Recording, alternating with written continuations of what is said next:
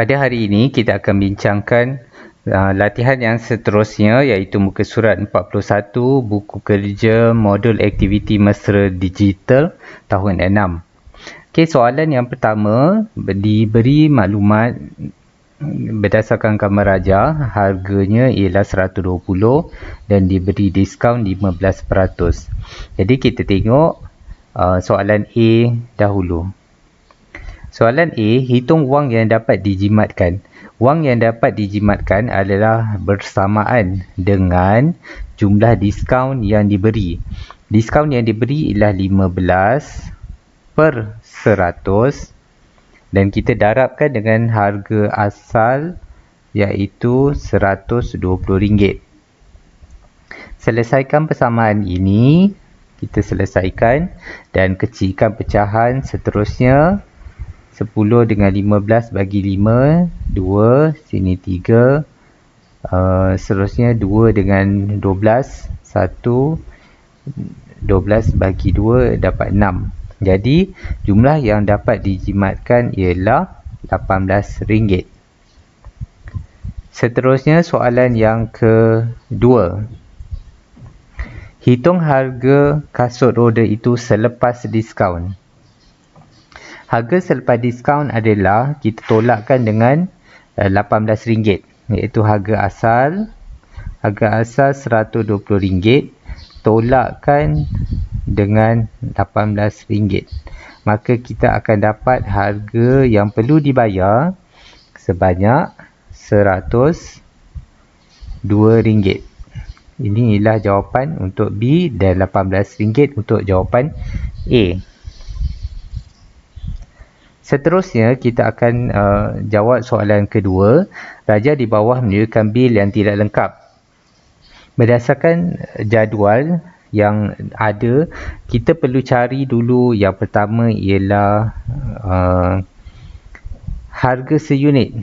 Okey, harga seunit untuk buku cerita.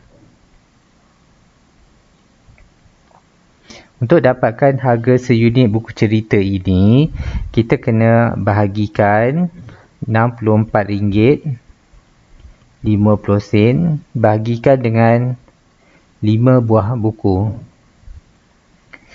Okey, jalan kerja buat dalam bentuk lazim.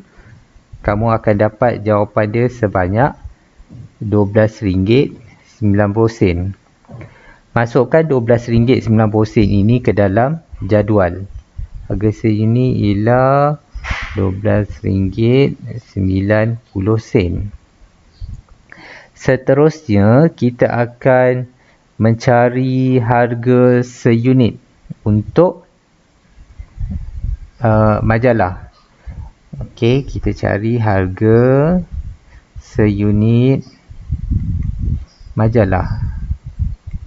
Untuk mencari harga seunit majalah, kita bahagikan RM93.60 bahagikan dengan 6 kuantiti dia. Okey, hasil dia kita akan dapat sebanyak RM15.60.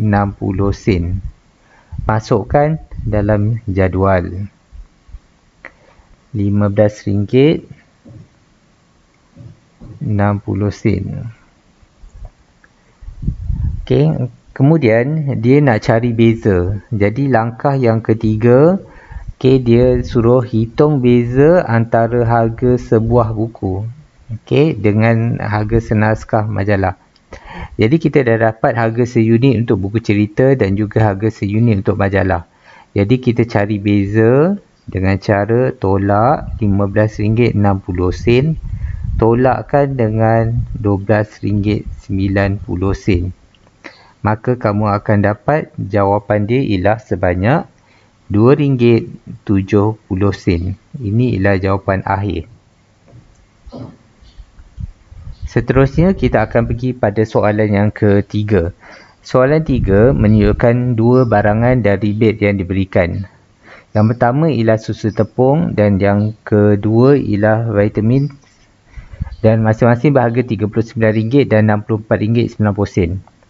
Diberi Puan Nick membeli 3 tin susu tepung dan 2 botol pil vitamin. Berapakah yang perlu dibayarnya jika dia mendapat rebate serta-merta? Okey. Pertama sekali, kita kena cari jumlah harga yang dibeli. Yang pertama, susu tepung RM39. Darabkan dengan dia beli 3 tin. Maka kita darabkan, kita akan dapat sebanyak, kuantiti dia 39 darabkan dengan 3, kita akan dapat 117.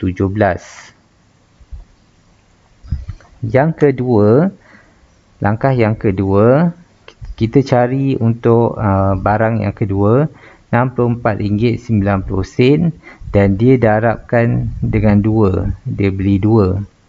Maka kita akan dapat RM64.90 darabkan dengan 2, kita akan dapat RM129.80. Okey. Kuantiti yang seterusnya, langkah yang seterusnya, kita kena tambahkan RM117 tambahkan dengan RM129.80, iaitu kita kira berapakah jumlah yang perlu dibayar kesemuanya. Okey, selepas kita tambahkan, kita akan dapat sebanyak RM246.80.